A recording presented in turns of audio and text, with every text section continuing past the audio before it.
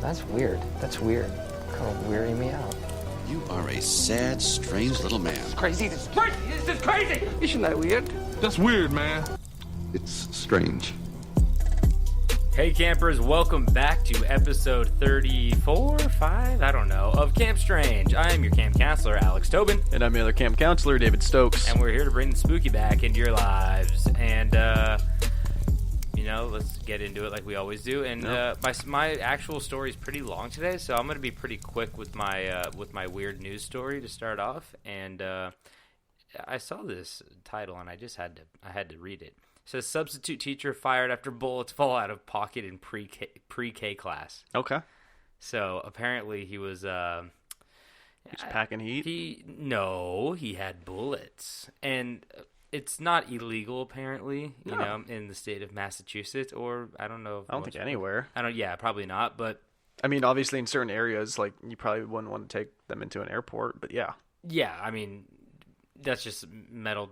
You don't want to take in anything to an airport, like a big bottle of shampoo if it's expensive shampoo, Yeah. But basically, so this guy, he was a substitute teacher, and apparently some bullets fell out of his pocket, and another teacher heard and reported him to the principal, and the police came. They had him arrested, or at least removed from the school, and...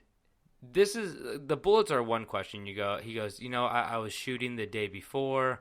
I accidentally left them in my pants pocket, and he says he was wearing the same clothing 2 days in a row, and he claims he left the magazines in his pockets.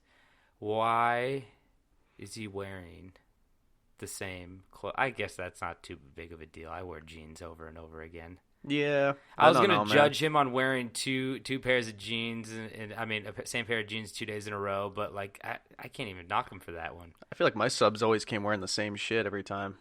Yeah, I guess you're right. I mean, he probably got like last minute notice and just like, because that's usually what happens. Like he probably got a call that morning, threw on his bullet pants, and ran into the classroom. But so did he have the magazines in his pocket or just like loose bullets? I don't know. They said that the lady heard the bullets fall to the classroom floor.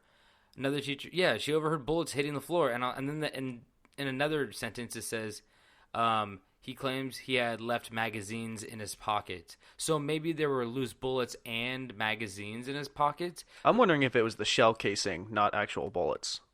Yeah, because... that's a much more distinct sound than... True, because they sound more hollow. Yeah. But it's also kind of weird because like when a magazine hits the floor, it probably just sounds like you're dropping like a cell phone or something like that.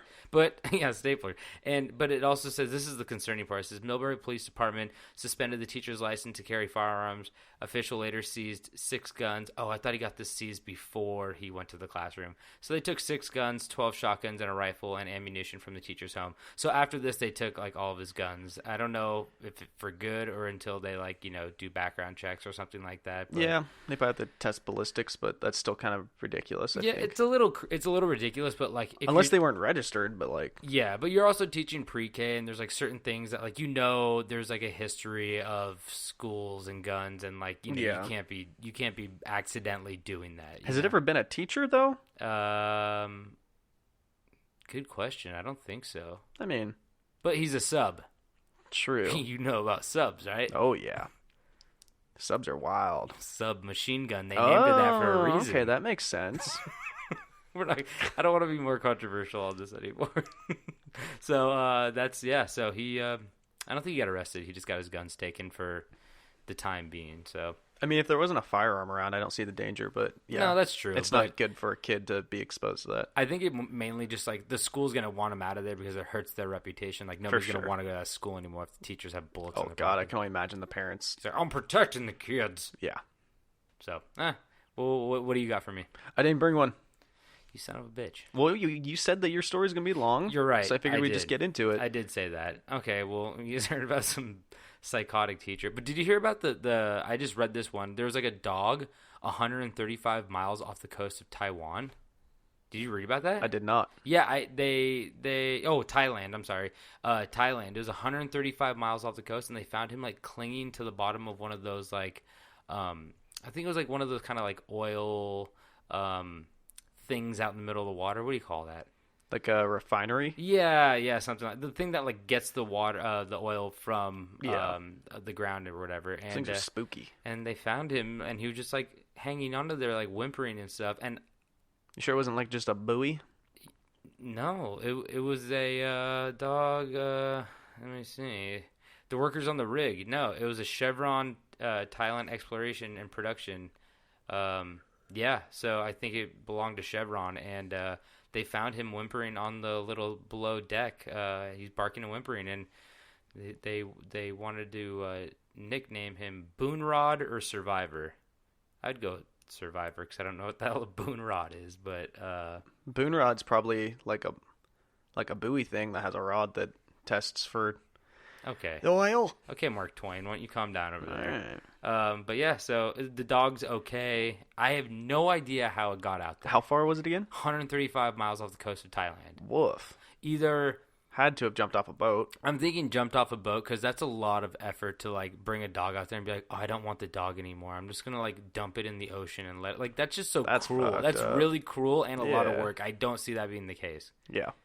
So, well, happy ending. One was a sad ending with the guy losing a bunch of guns, but hey, Yeah. dog's okay. Yeah, the dog's okay, and that's all that matters. Survivor's okay. Human has horrible consequences, but the dog's okay.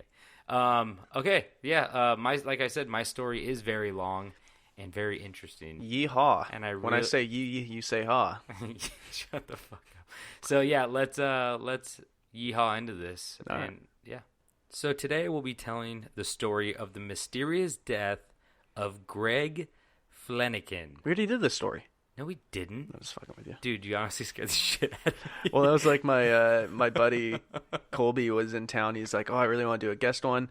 And I was like, yeah, because you were out of town. I was like, I don't know if we're going to be able to do it. And then he was like, oh, I had such a good story. I was like, what was it? And he was like, it was the one that I did about the guy up in that was living in the Russian people's attic. And he came down and killed the whole family. Hinter Kaifek. Yeah, he like told me. I was like, dude, we did that one. He's like, you did? I'm like, yeah. He's like, fuck. Anyway, let's fucking get into this because I'm scaring myself now. So we're going to be telling you the story of the mysterious death of Greg Flanagan, better known as the body in room 348. I thought you were going to say like his nickname was The Body because he had like an immaculate fitness. Actually, quite the opposite. Fuck yeah. No, he wasn't that fat. He was skinny, actually. So Greg Flanagan was a 55-year-old man who worked on an oil and land leasing business with his brother Michael. Hey, that goes to tell you, he wasn't out picking up dogs, but That goes to show you, bud. he worked in the oil biz. So Greg lived in Louisiana, though, and the business was in Texas. So he would travel long distances every day along the dry desert highways to private properties about the state, trying to gain access to the valuable sweet, tasty oil and aromatic gases below the barren desert floor. So he'd basically go to these different places and just try to lease their land to get oil out of. Yeah. So he was just traveling like over long distances in Texas a lot. Yeah. And since Greg worked so far from home, his company would regularly buy him hotel rooms to stay at, saving him the long drives back. And on the evening of Wednesday, September 15th, 2010, Greg was calling it a night as he traveled to his lodging location, El Gante Hotel in Beaumont, Texas. His company rented him a room in the Cabana, a 3-story wing that wrapped around a small swimming pool framed by potted plants. That sounds sick. His company's putting him up. He must be. Fuck yeah. I mean, that's that oil money, though. I get to see him like, they're like, Greg, you got a lot. Your numbers are real up, right? How you doing it? And you see him cut to him just digging in a field like a skinwalker, just trying to get that sweet, tasty oil. Sweet, tasty oil. Paul, there's a guy back in the backyard again digging. So Sticking his rod in the dirt. do you know how you get oil? Yeah, you stick your rod in the dirt. So most evenings after arriving to the room, he would do the same exact thing. First, he would crank up that AC and sit on the bed as he kicked off his work boots and changed. Mm-hmm. That sounds like a Texas dream to me. Not crack open an ice cold Modelo. No, he wasn't much of a drinker, actually. Oh, So, I feel like usually whatever these stories revolve around, they're usually pretty heavy drinkers. well, he had a different vice. I mean, it's not really a vice, but Heroin? No, he was clean, Skittles? man. He was clean, kind of. Ooh. So then he would lean back on 2 pillows propped against the headboard and turn on the TV. Very specific, right? Mm-hmm. Next, to avoid soiling the bed sheet. See, I thought this was going to get weird, but it wasn't. They meant literally like ground soil. No, just like dirty up. But Yeah. I forget that that's actually like a term. yeah, soil it. So to avoid soiling the bedspread, he would lay a clean white hand towel on which he placed his ashtray, cigarette pack, lighter, BlackBerry, TV remote, and candy bar. Wait, hold on. Did you say what year this was? 2010. Okay. So You said BlackBerry, and I got real confused because that's a very specific like time period. he was hanging on to the BlackBerry still. 'Cause I had a BlackBerry. I think it was dope. in 2010.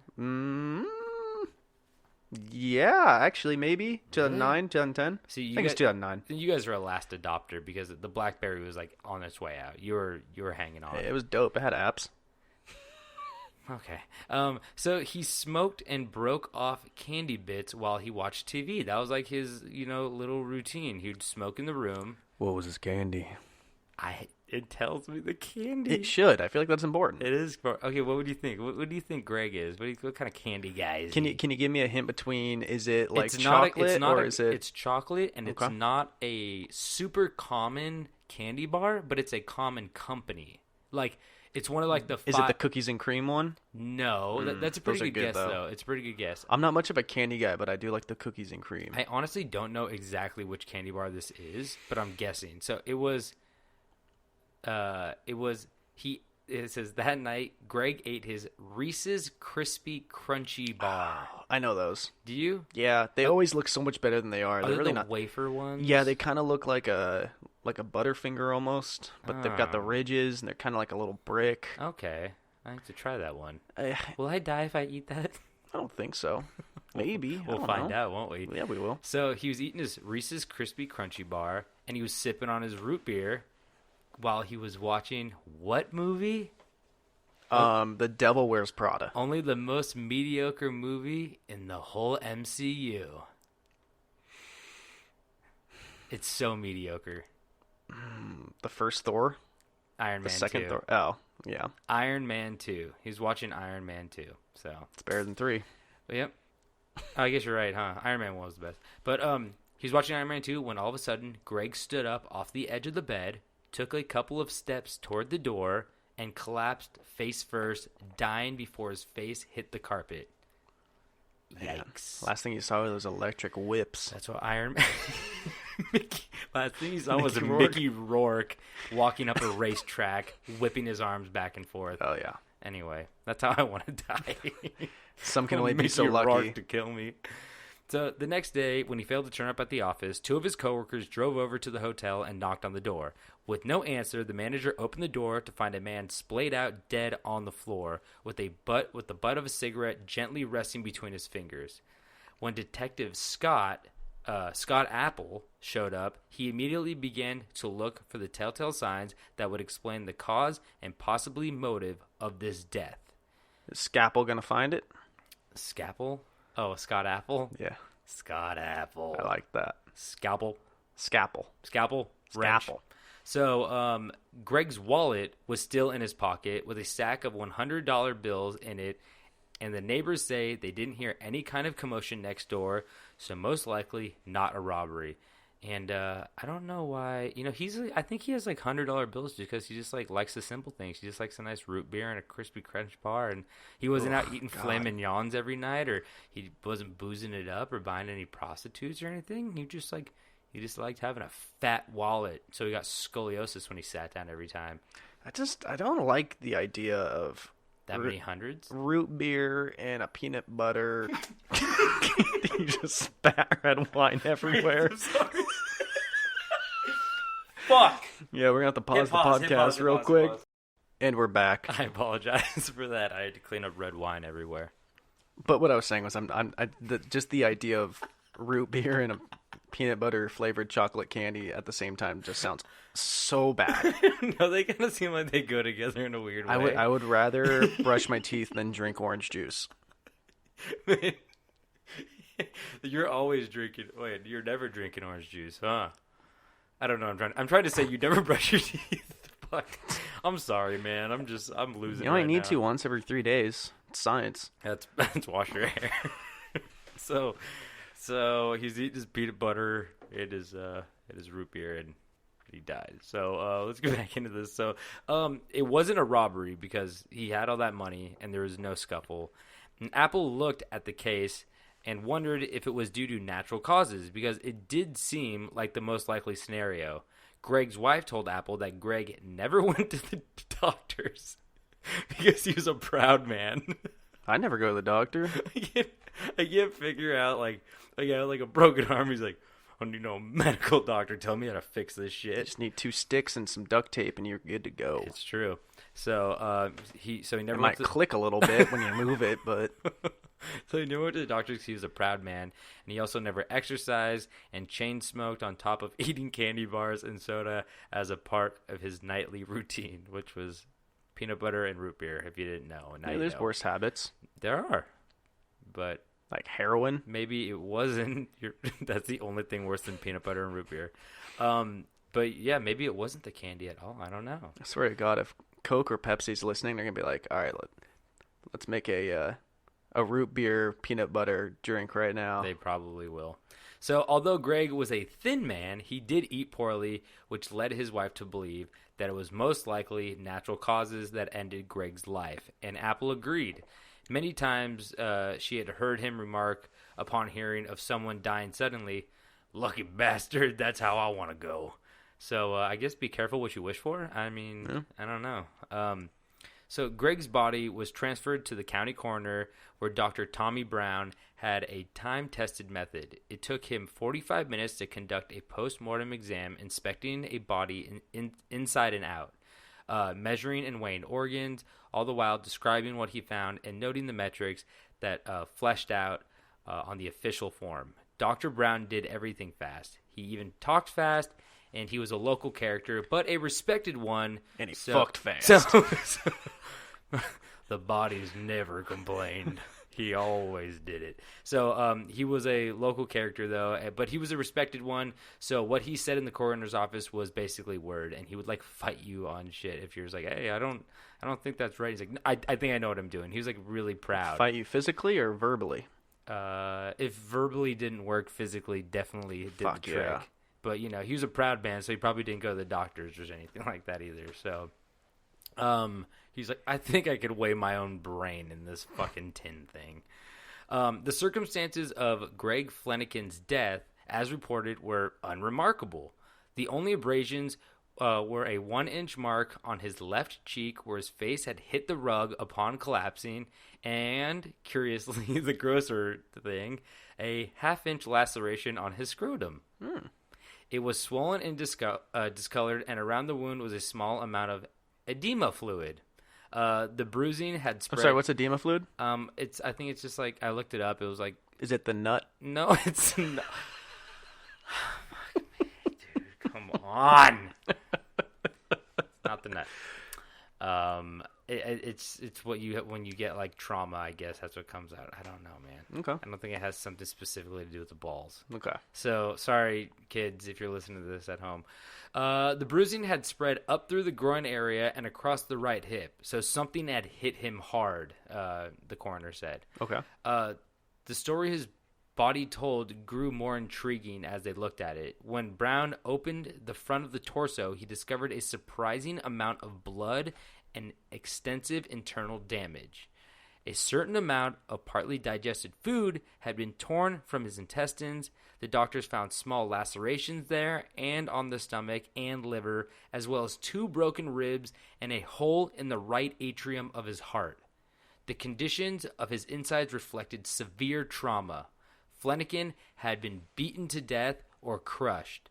Brown concluded that the wound to his genitals likely had been caused by a hard kick. That's not funny. By a mule. He also liked to fuck fast. The horse didn't.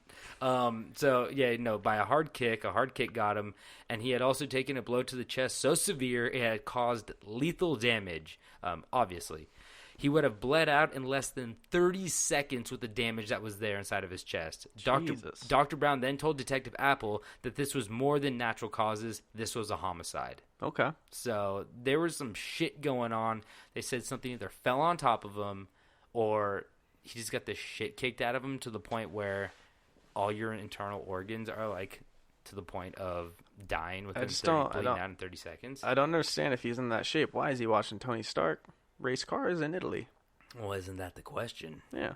Do you think Mickey Rourke can climb through TVs? This is the ring, the Rourke ring. The Rourke ring. He just whipped him with those electric whips through the TV. Whipped him right in the ball sack. Yep. Okay. Where's Marvel movie my ass? Wait, what was his name? That Whiplash, right? Whiplash, yeah. Not the movie Whiplash, different movie. Yeah, good movie though. The doctor told him that the man in 348 had suffered the kind of severe internal injuries he was more used to seeing in car crash victims or in someone under...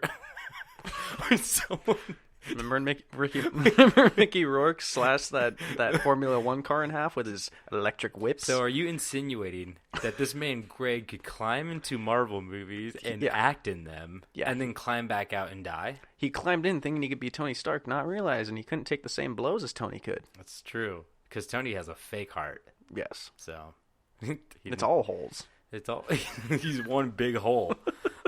So sounds like my ex-wife. So same haircut as Mickey Rourke. Skin too. So the kind of severe internal injuries he's more seen in car crash victims or in someone found under a heavy fallen object. Apple always looked for a challenge, but this one had found him. Over the next weeks and months, Apple chased down every angle he could imagine to explain the death of Greg Flanagan. But about 6 months into it, he was stuck. The evidence didn't add up. As we say, just not making sense at this point, you know? He doesn't have the technology to find out that he crawled into the TV. The Rourke ring. Yep, Rourke ring. Rourke ring. Rourke ring. Dumb out of Rourke ring. So Greg had been beaten to death to the point he would have bled out in 30 seconds and would have definitely had bruises all over. But he seemed to have been comfortably smoking a ciggy when struck dead. And he had no external damage besides the kick gash to his balls. It's gross when you put it like that, right? I think he was sitting on that ice bucket every hotel room has. Just icing those Sometimes suckers. they're leather on the outside. They're not like necessarily like Hey, if I go to a hotel tin and they're not leather, I'm out of there. Well, sometimes they're champagne buckets. Yeah, okay, the metal's okay, but if it's that plastic, Well, like he had a pool toy, he had hundreds in his wallet. did. He was definitely being like, and he some was in the champagne. cabana, right? He was in the cabana eating his peanut butter and root beer. He's probably like, you know what would go great with these two? Some champagne. He probably soaked those busted nuts in the pool for a minute. To clean that pool out.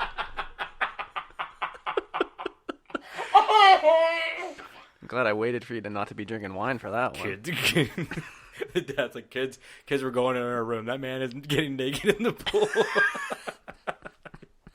I gotta get your kids out of the pool. I gotta soak my nuts. So, what do you think's happening at this point? I have no idea what's happening at this point. I didn't know either when I was reading it.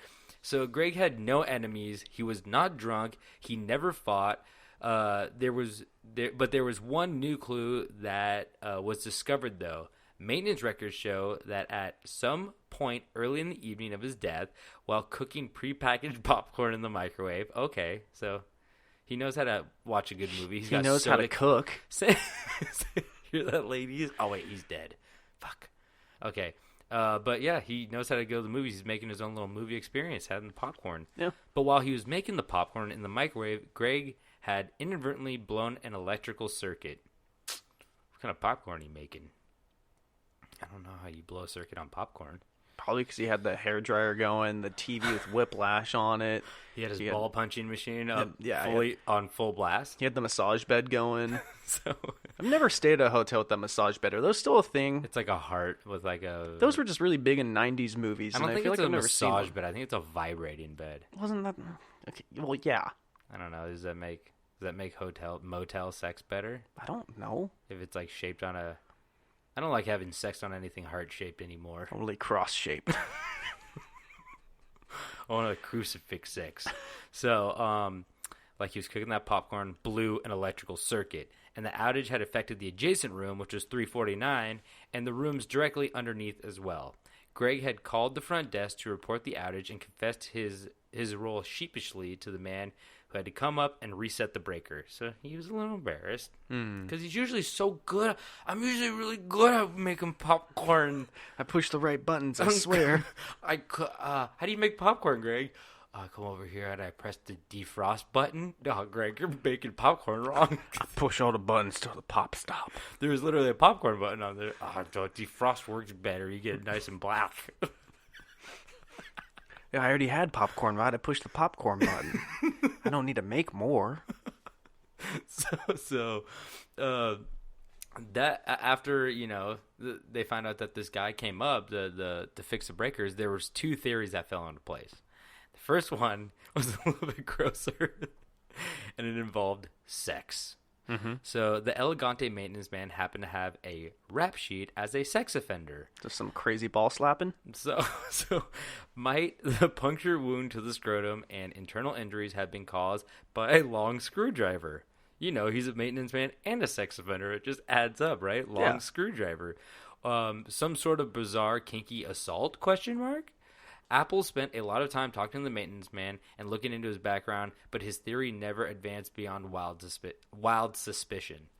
Now, the second theory involved a group of union electricians staying at the Elegante, a number of whom had been in the room next door, room 349. That power went out as well, on the night Greg died.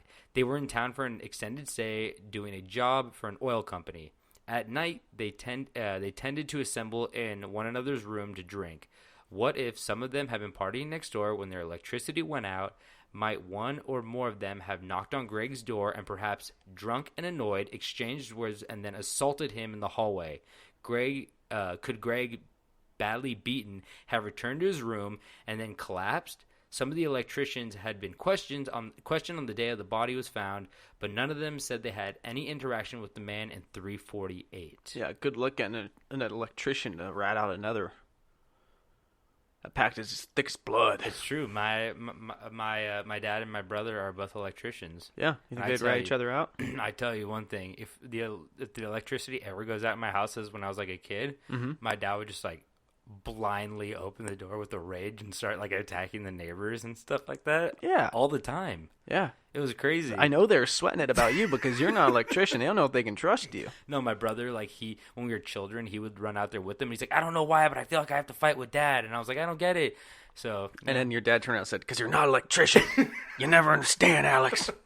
we have to fight to keep our power.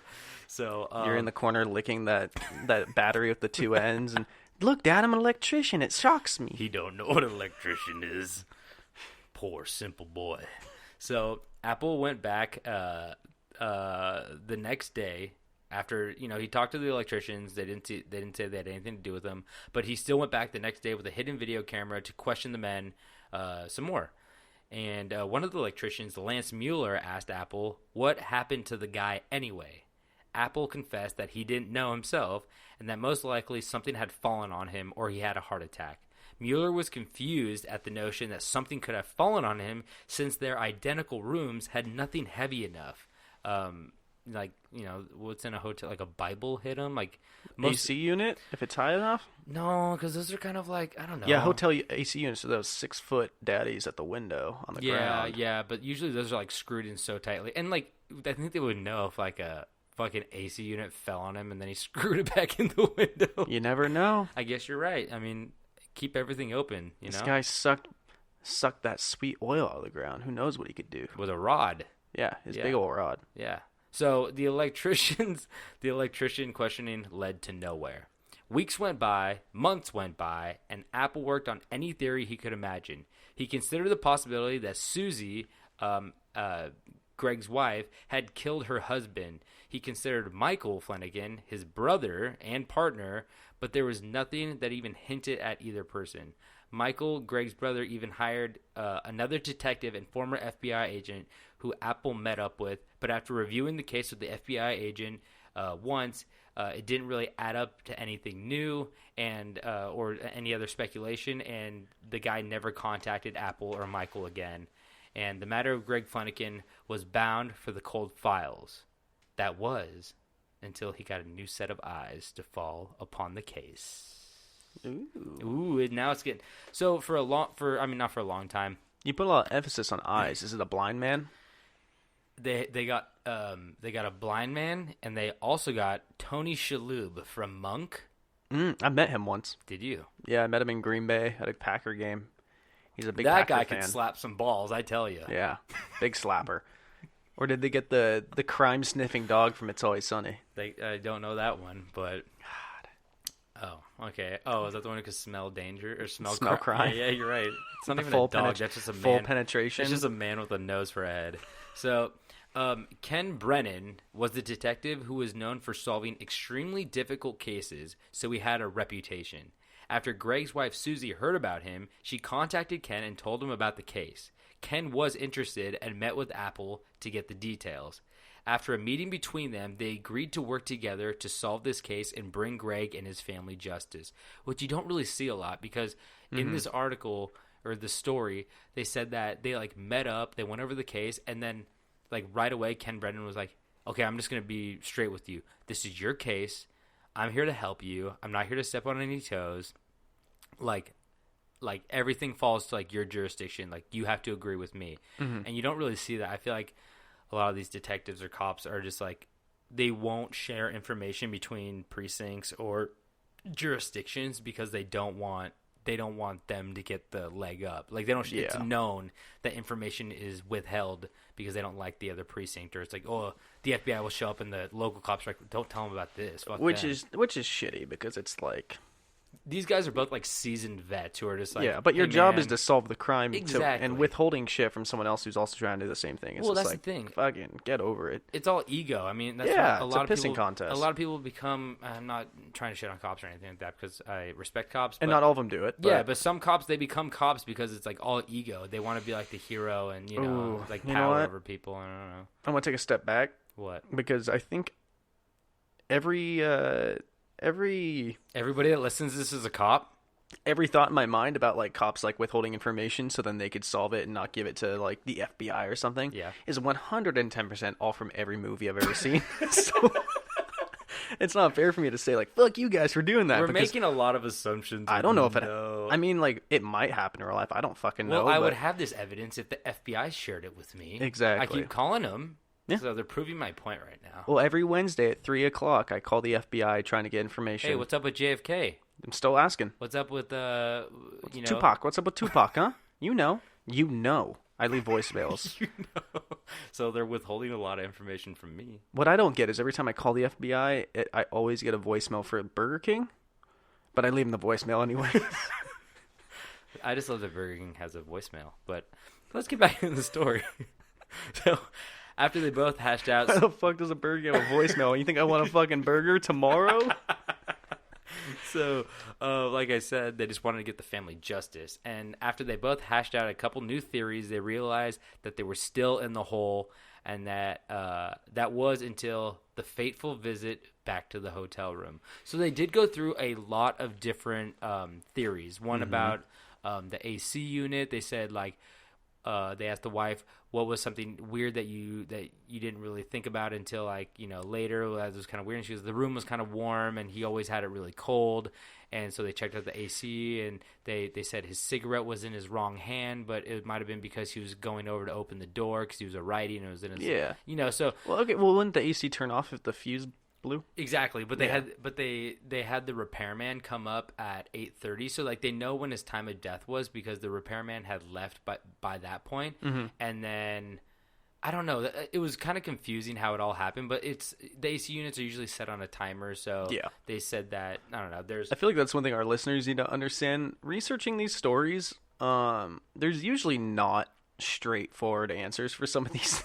yeah, some of them are kind of like, I feel like they're withholding information from Yeah, us. that's why I listen to other podcasts that talk about true crime stuff, and they're like talking about like everything's so like precise and like they're so they're just like so like Yeah. these are the facts, and They'll get like an 80-year-old guy and be like, we finally found the affidavit, and I'm like, who's David? Yeah, Wait, well, who no. did- What I'm saying is like they just have like all the facts and everything, and like when I'm researching, I'm like, I kind of think they're all bullshitting it and just like saying like this is the fact because we're gonna say it is, so it makes us look more professional. Because half the time, like I don't get straightforward answers about shit. Yeah, we're also not police officers. We're also not very professional at this. We're also not very smart. You got more wine? So I bet you could find some. Bring out the carpet. I spit a lot on there. I'll just bring out this napkin. Yeah. So in room 348, they began inspecting the floor, the furniture, the walls, everything. They were both working on their hands and knees, shining flashlights under the furniture. This sounds like it's like the beginning of like, oh, we're just like on our hands and knees. They're like, oh, Room raiders? I'm kind of hot. Let me take off my shirt real Get the quick. black light out. So, Oh, look at these stains. Look at these stains. but they found nothing. They were looking around. They found nothing until they looked at the wall near the doorknob. There was a small indentation that looked like it was from a repair job, from the normal wear and tear of opening the door and the knob smacking the wall. You know that. Everybody has that in like their hotels yeah. or like even in their house, where like the little lock sticks out and it leaves a little indent in the Yep. wall. My doorknob has a dent from the wall because it ends right at the corner of the wall. Oh, so it just like smacks it every single time? I mean, yeah, no, it is a cheap doorknob, but yeah. Yeah. So, except for that the knob, the place in the wall where the knob hit, the knob was hitting just to the right on the repair hole. So they weren't matching up. So the repair hole, they pressed the door to the wall, and they saw where the indent should be. I get what you're saying. And then to the left of that knob, a little short of the door, there was the repair job, and they're like, "Oh, what the fuck?" Like we didn't even we just kind of figured that was a hole that got repaired.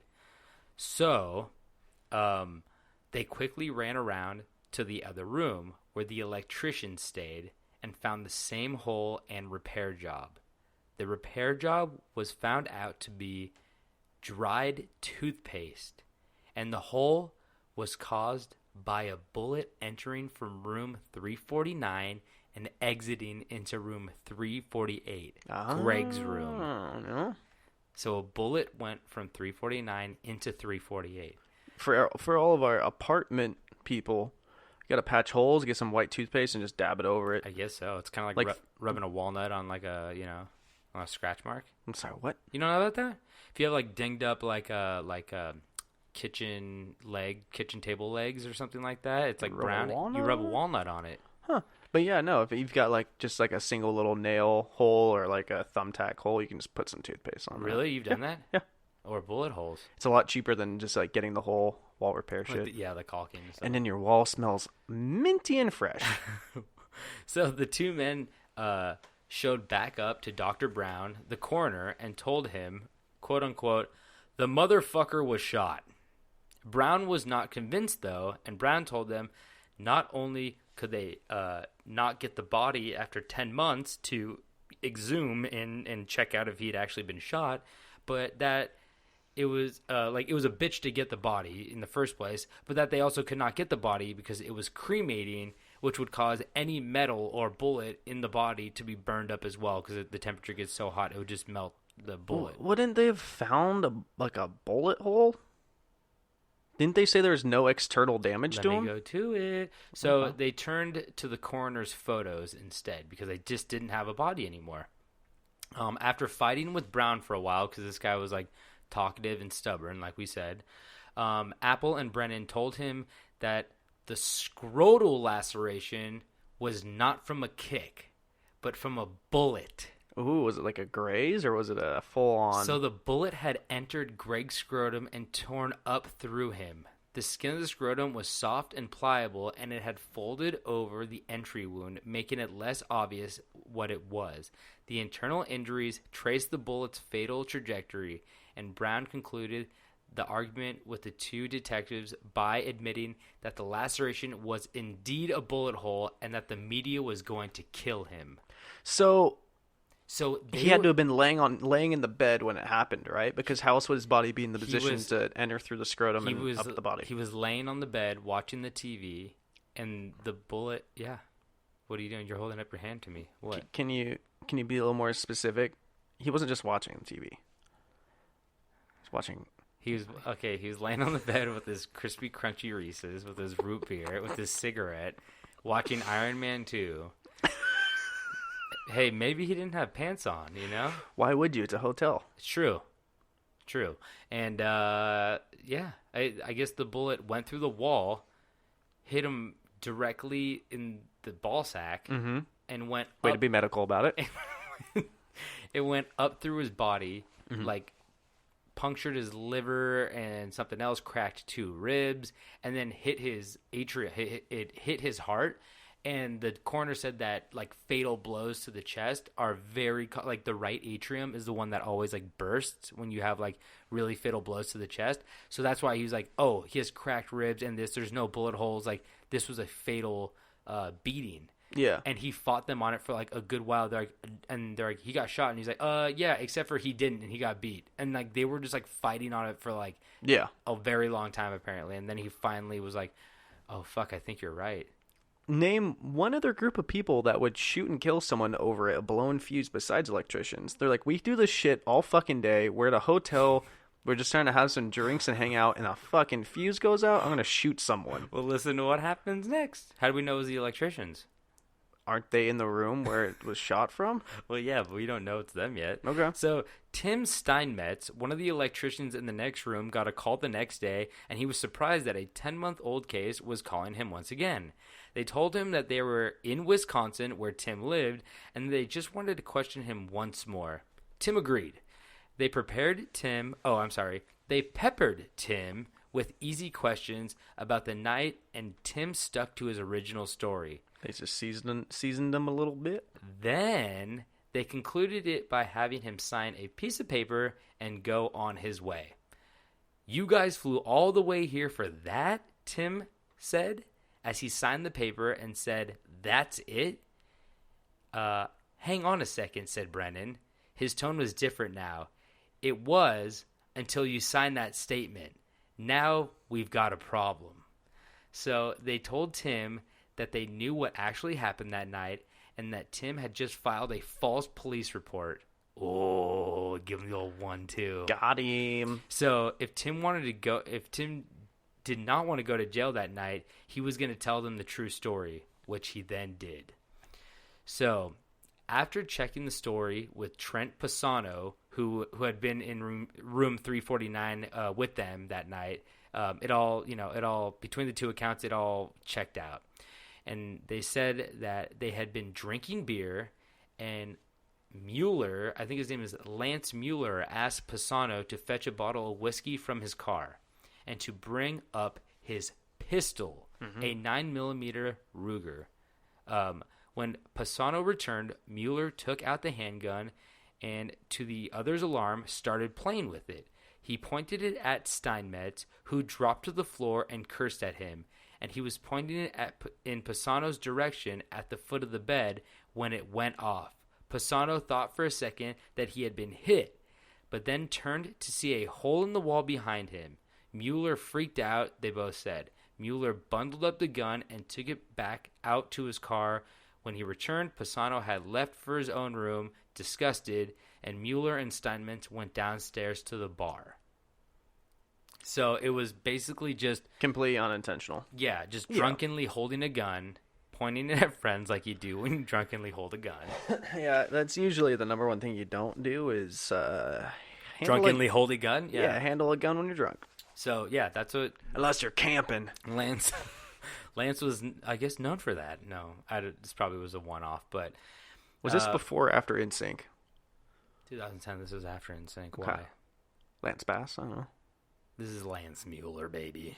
Well, Lance Mass would never do You think this. Bass is his real last name after the whole NASA thing didn't work out? I Became was an going to say electrician. that. He was going to be an astronaut. That's cool. Very cool. Very cool. Thank you, Kanye. So afterward, Tim, who confessed all of this to the police, he called Lance Mueller and told him that he just told the cops the full story. Oh, by the way, He's like, hey, how are the kids? How's the family? By the way, hey, I got a little story for you. So he told the cops and said Greg had actually died from because they didn't know that Greg had actually died from the bullet. Yeah. I think they still thought that it was probably heart attack or something weird. Yeah, because I mean, the cops just figured out that he died from a bullet. So. Yeah. But Lance didn't believe him saying that, quote unquote, it doesn't make sense. First, the coroner ruled that it was a heart attack. Then they started saying that something fell on him. There's no way. There's absolutely no way that guy was killed by a bullet. Mueller then called up Brennan, drunk. So after he got off the phone with Tim, he was drunkenly, he got all scared. He called to the police, and he called up Brennan, drunk, and asked to make a statement. But Brennan told him to put down the bottle and to get an attorney. Brennan, you cool. You cool as shit. So the electrician Mueller had entered a no contest plea to manslaughter, and even though the judge admitted that this was a terrible accident, there was still a man's blood on Mueller's hands. The judge gave Mueller how many years? Remember, this is Texas. Texas does have harsher punishment. Sometimes. Not all the time. 30 years? He got 10 years. No. Fuck you. I'm usually pretty good at the guessing Yeah, game. no. The whole Texas thing threw me off. So the judge gave Mueller 10 years. The apology Mueller offered in court, no matter how sincere, came out way too late. There was his criminally irresponsible decision to drunkenly play with a gun, and that even if it was a heart attack, that the bullet probably played a role. So they said that, like, 1, you drunkenly play with the gun. Yeah. 2, you knew that even if this guy had a heart attack, that your bullet might have played a role and you didn't tell us. And then he also said that the judge said that he himself also patched up the hole with toothpaste, and he had hidden the gun immediately in his car, then stashed it with a friend for a few days after the incident, and then handed it over to an attorney for safekeeping before he left Texas. So, like, this guy was, like, very aware that he might have killed this guy. Yeah. And he was just keeping that from the police, let them go on like a 10-month detective search. And real dick move. Yeah. So, I mean, that's the question, though, is 10 years too harsh? Because it was obviously an accident. I was telling somebody about this at work today, and they said, that seems like harsh. And I go, I don't well, think so. you never You don't feel fuck that. around with a gun. Well, you never feel that for somebody who drunk drives and kills somebody. You go, I can't believe you did that. Like, yeah.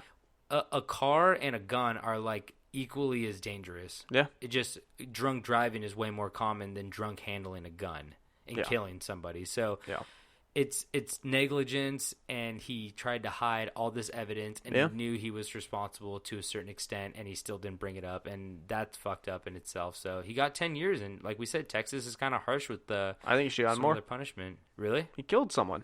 True, for being an idiot. I mean, but that could have been you with, like, a bow and arrow too, maybe. But what if you were playing with, like, a bow and arrow? I'm not going to be drunk in a hotel room. Maybe a crossbow, but not a bow and arrow.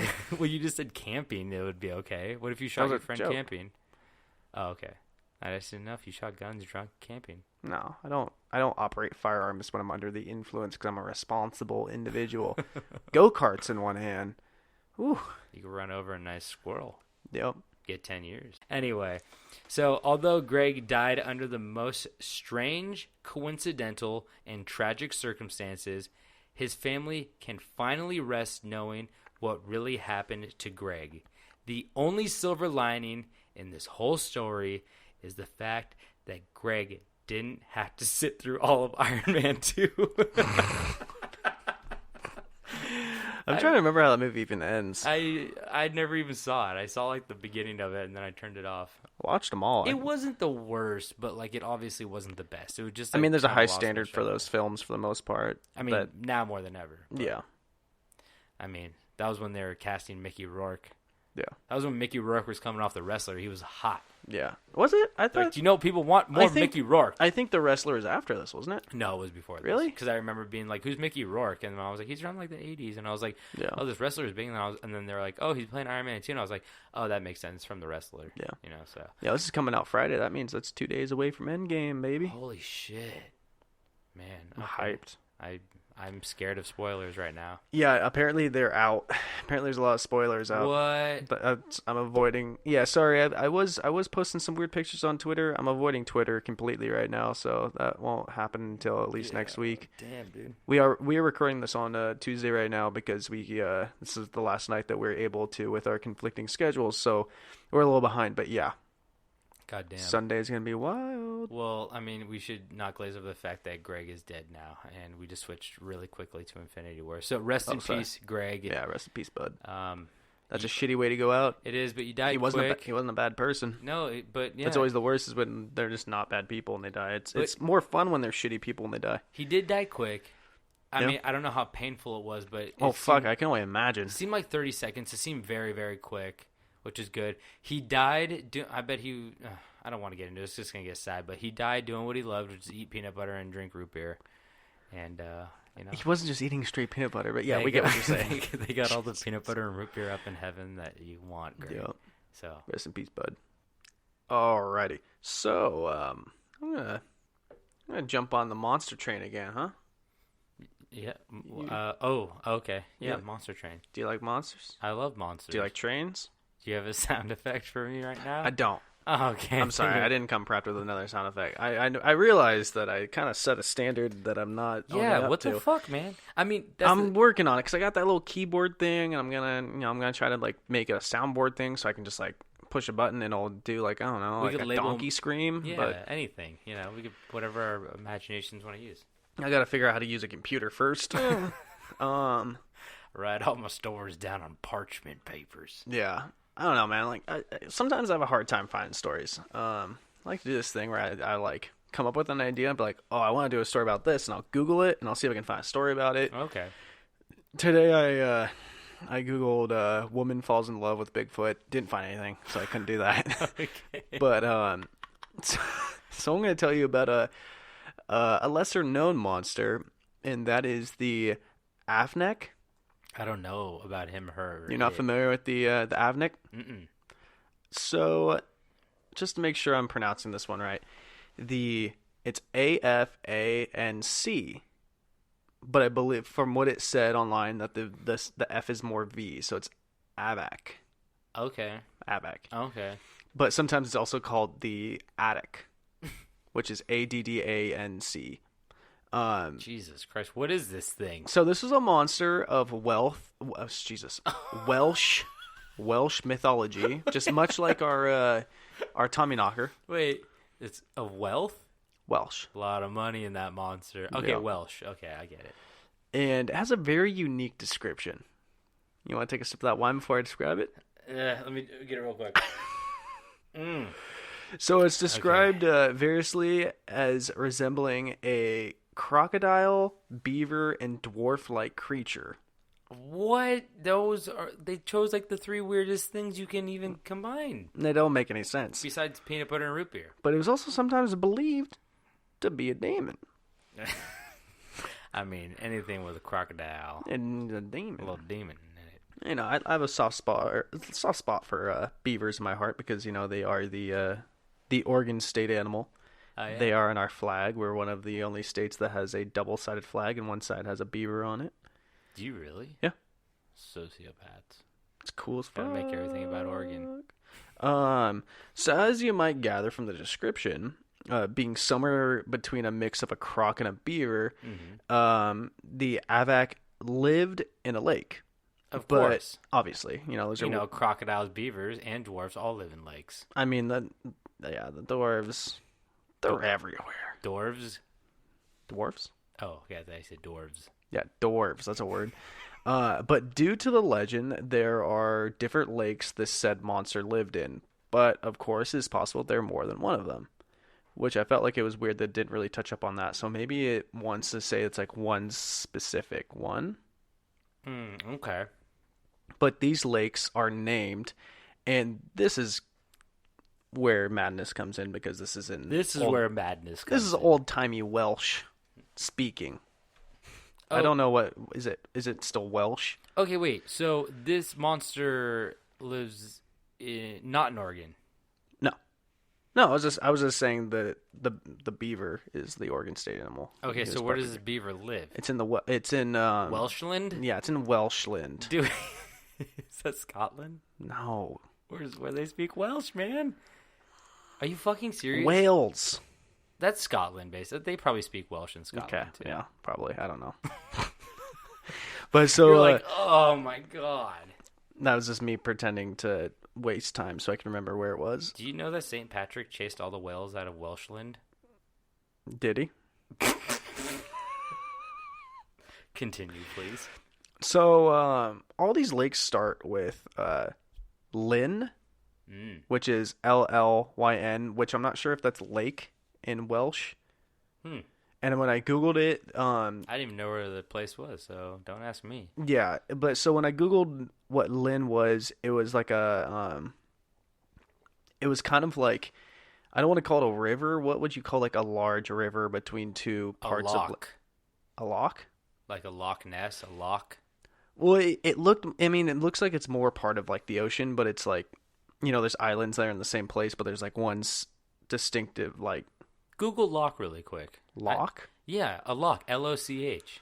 Like, they have a lot of those up in, Scotland is where Loch Ness is. Oh, that's with an H, isn't it? So, yeah.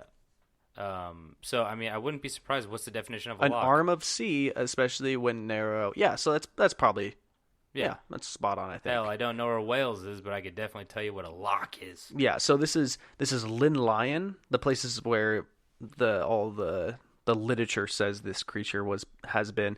It was Lyn Lion, Lyn, this is my favorite, Barfog. Ooh. Looks like Barfog or Sounds like Barfog. Yeah. Near the Brinbirian Bridge, which I'm assuming has some significance to like the Welsh mythology. Brinbirian. Yeah, of course. Yeah.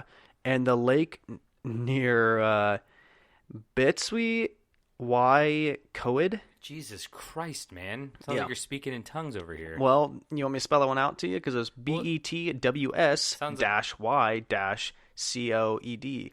So it sounds better when you're like, Bitsy and Code. Bitsy and Code. Yeah, that actually sounds good. Bitsy Let's and just go with Code. that. Okay. And then that lake was named after the Afanc. And so let's begin with the legend of this monster. Yeah, I need to know about this little bastard. See, that's where I get confused, because it says it has like a dwarf body, but some of the stories make it sound like it's a massive monster, which I don't. I like how out of like the crocodile and the beaver, it got a dwarf body. Where's the beaver parts and where's the crocodile parts? I have no idea. It'd be awful if there's this monster that's like half human, half hummingbird, and you're like, oh my god, that sounds weird. And he's like, yeah, it's a full human with a hummingbird penis, and you're like, ugh. Oh my god.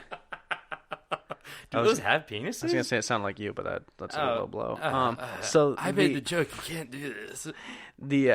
So the monster, like most lake monsters, because was said it would prey upon anybody foolish enough or ignorant to fall or swim into its lake, because that's its shit. Don't touch it. Yeah, you don't come up on my roof and expect me not to push you off, or shoot you.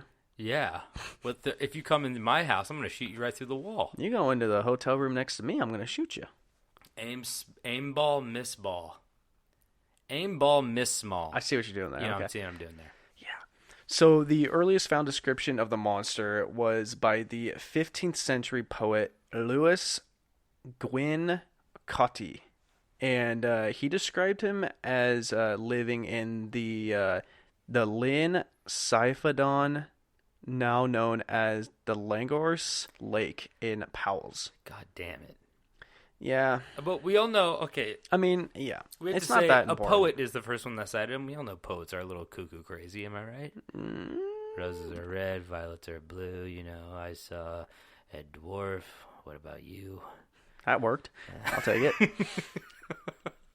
So there was a tale that tells the story of a maiden who rendered the beast helpless, and the maiden let the creature sleep on her lap. So that's where, Oh, okay.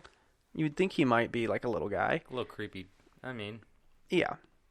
maybe you're just looking for a soft place to sleep. You're usually sleeping on like a pointy rock or something. Yeah. Who knows? So while it slept, the maiden's fellow villagers bound the creature in chains, but with that action, they startled the creature, awakening it and angering it.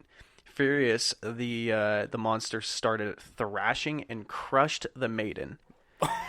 So, Well, I was picturing like the lady with the little Ewok on her lap. Yeah, with the dwarf, alligator, the crocodile, beaver on her lap, and it's kind of like when somebody has a bee or a spider on their back, and she's like not moving, and someone's like, "Hey, stay still, you got something on your back," and like, "Can you get it?" Yeah. And of course, they have to go bring some heavy ass chains, jangle some chains, wake up, thrash, kill you. So in my mind, what I'm seeing is it's a large monster, and its head was on her lap. Oh, Maybe that's kind of what I'm picturing. So like dwarf, beaver, crocodile. the dwarf thing doesn't make any sense. Crocodiles can get pretty big. Okay, let's go with it. Yeah, okay. I'm going to find a picture of this eventually, right? Yeah. Okay. Yeah, but from what I saw, the pictures do not. They don't match up with the thrashing and the crushing. They don't match up with each other. They're very different photos of a different animal. Okay. So yeah, after it crushed the maiden, the villagers dragged the monster away and put it in a lake, or was killed by Peredur. What a great place to put a monster in the place it lives and thrives, and you can't track it. Yeah, I don't know if it was more like a truce kind of thing, like oh shit, we're sorry, like go We're peaceful. Sorry. We're sorry you killed our maiden. We're sorry. But yeah, no, it was not confirmed if they killed it, or no, not if they killed it. If they took it to the lake, or if it was killed by Peredur. Is that a guy who owns parrots? Well, Peredur, which I'm hoping I'm pronouncing that right, who he to put bluntly was one of King Arthur's guys. Oh, okay. Yeah, he was one of his like knights. He would be the guy to take down a monster, right? Yeah. Okay. So in the tale, Peredur, the tale was called Peredur, son of Urfrog. I'm assuming that was his dad. You got a mouthful of marbles this episode. You got a lot of hard words to pronounce over there. Yeah. And so this story was from two different books. One was the White Book of Ryadek and the Red Book of Hergest. I've read both. They like to color coordinate. The movies are better. Yeah, for sure. Not as good as Iron Man 2, though. Easily. So in the books, it says that this is when it turns into the Adak. Mm-hmm. So it says the Adak of the lake resides in the cave near the palace of the sons of the king of the tortures. What? Yeah, it's one of those weird like old English kind of things. Okay. They use a lot of the. Okay. So the palace was named about torture because the monster would. This is fucked. The monster would slay the 3 sons of the king each day, only for them to be resurrected by the maidens of the court to do it again the next day. So these 3 dudes that were sons of the king would go try to fight this fucking thing, get killed, and then resurrect and be like, well, shit. Okay, so they were trying to fight it. They were trying to kill it. Okay, I was going to say, past the second day, first day, I thought this thing was like sneaking up on them and murdering them, because I was like, okay, past the first day. No, they're hunting it. Okay, I was going to say the first day you die, that's okay, because then you don't expect the addict to come back again. You get resurrected. And the second day you get killed by the addict again, and you're just like, motherfucker. They should be either better fighters or more aware of their surroundings. So yeah, and maybe that was their punishment. It's like, you're going to do this until you get it right. When do the maidens just go, do we resurrect them? Yeah. Like, what the fuck's the point? So it was never said why the sons must get killed and brought back to life over and over and over again. But when Peredur asked to ride with the 3 sons, they said they would not accept his company because if he was killed by the monster, they would not be able to bring him back to life. Why not him? I don't know. Not royal blood of that kingdom or some shit. Who knows? They probably just wouldn't give a shit. Yeah. So after getting rejected by these loser-ass sons who die every day, Peredur continues Die, can we go fight the attic again? They lose a little bit of themselves every time they die. They have like 2 fingers left and like any dismemberment and one hummingbird penis between the 3 of them. There's not going to be any more successors after them. He's like, don't resurrect him next time, please, God. Please no more. So after being, rejected by them, Peredur continues to the cave on his own in an attempt to kill the monster on his own because doing so would increase his fame and honor. Hell yeah. Isn't that what it's all about? Back then, yeah. I mean, money too, but I feel like when you've got the fame and honor, you don't need the money. you can market that, Yeah, Come shake my hand for a shilling. exactly. So on his journey, he would meet a maiden who tells him that the monster would kill him because the beast is invisible Oh, fuck. and can kill his victims with a poison dart. Good job, three sons who never brought this up. Well, I mean, like, okay, when did this croc/beaver have poison dart? Like, where does the poison dart come from? The dwarf. They should have said he's part dart frog. Yeah, but I think the thing that's funny is, like, we got what's that guy's name? The King Arthur's guy? Paradin? Paradin is with three sons, and then they get there, and all of a sudden one of them just gets their head lopped off out of nowhere, and the other two go, "Oh, by the way, he's invisible." And they run away. Yeah. So the maiden would turn out to be the Queen of Constantinople. Oh, Constantinople? Yeah. Dun dun dun, Constantinople. Dun, dun, dun. I don't know the words to this song, but I know it. Yeah. Kind of. So for some reason, who knows why It's this Turkey maiden now, would randomly just right? be a No. queen. And she gave Peredur a Adderstone? Adderstone? She gave him Adderall. I thought it was Adlerstone. I feel like my computer spell checked that to Adderstone. Adlerstone. Isn't an adder a snake? Or is that an adder? That's a adder. rattler. No, it's an adder as a snake. Well, she would give him a stone that make the creature visible. But no stone can stop a poison dart, huh? It's true. So with the stone in hand, Peredur goes into the cave, spotting the monster, stabbing it, then swiftly beheading it. Whoa. Soon after, the three sons show up, and they state that they knew he was going to kill the beast all along. Bullshit, dickheads. He was like, oh, yeah, I knew that was going to happen. Yep. That's why we didn't want to see it firsthand, so we were going to let you go do it on your own. They're like, I knew you were going to kill it. And then he's like, hey, over here. And the guy just has, like, no eyes. And he's just, like, looking at a rock. Talking to a boulder. Like, Jesus. He just kills them, and he's like, yeah, the monster killed him. Yeah, so those shitty sons just jumped on the bandwagon, after the guy did. I feel like that's what king's sons do. They pretend. Yeah. That's just such a Joffrey move where, like, some cool shit goes down. They go, I slayed the dragon. And then, like, a new threat shows up in the story, and they go, oh. And they go, okay, now I know they're lying. So, of course, they jumped on the bandwagon after this one dude did a job that all three of them couldn't repetitively. Some other legends give King Arthur the credit of killing it because close to one of the lakes, the Barfog one, a hoof print is indented deep into a rock of, it's called Can March Arthur, which translates into Stone of Arthur's Horse. Ooh. Which was supposedly made by King Arthur's horse when it was hauling the massive dead body of the creature. Oh, that's fucking cool. Yeah. So there's an actual horse hoof print in a stone? Yeah. How does that happen? I don't know, It's not but like a fossil. Have you ever seen like those imprint things though? I've seen fossils. I don't know. Like I've seen leaves, like on, like still. What are those little bugs?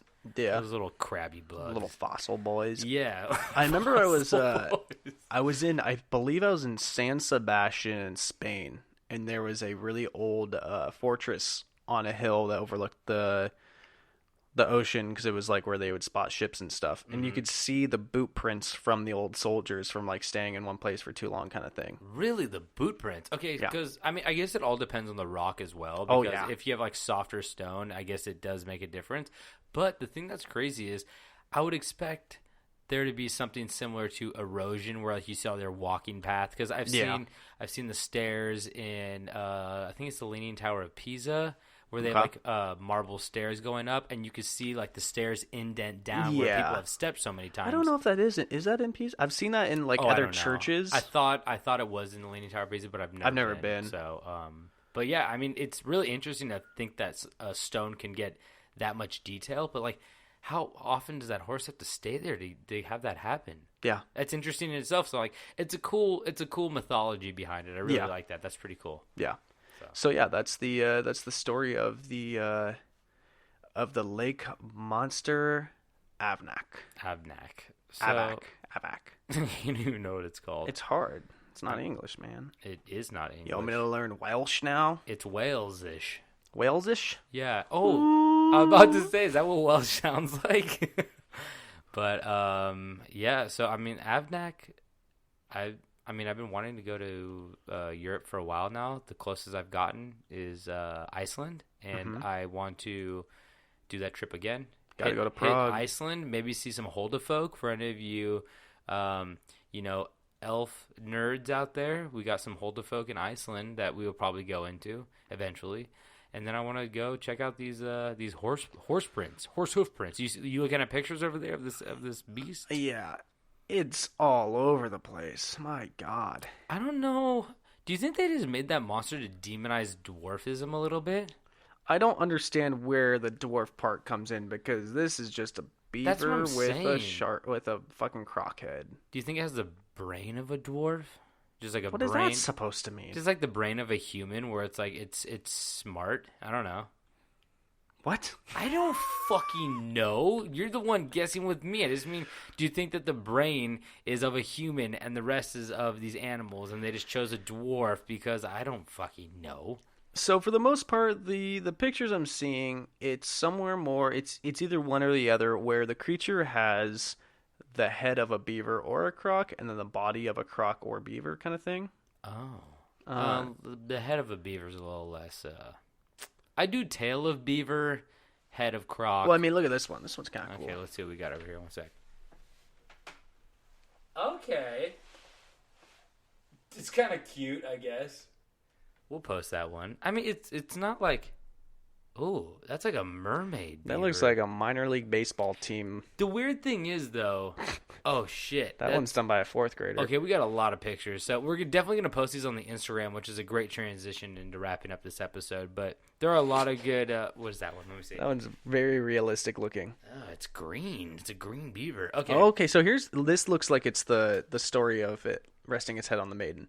Oh. So yeah, so okay, so it looks like it's the size of a like a big crocodile. So yeah, thrashing. I'm guessing that it. I mean, I don't know how much a crocodile weighs, but definitely enough to maybe cause some damage, and maybe she was a fragile woman. It's possible.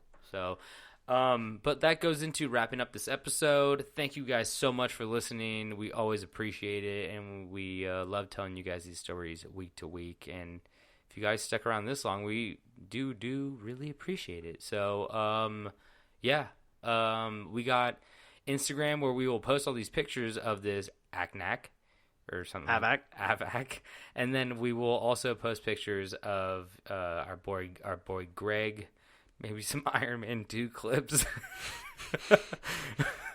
And and we'll post all the information we can.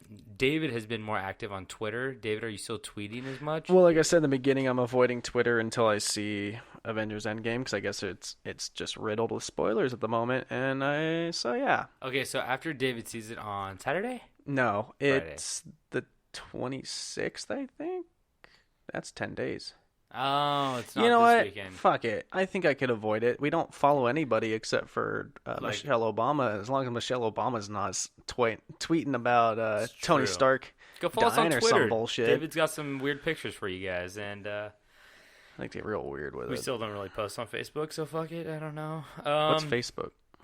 It's where uncles and aunts go to be racist. Oh, yeah, that place. So if you guys want to go check out all of that, you can. We send us your spooky stories, or like if you've ever had like a weird situation or something like that, or just like a funny story.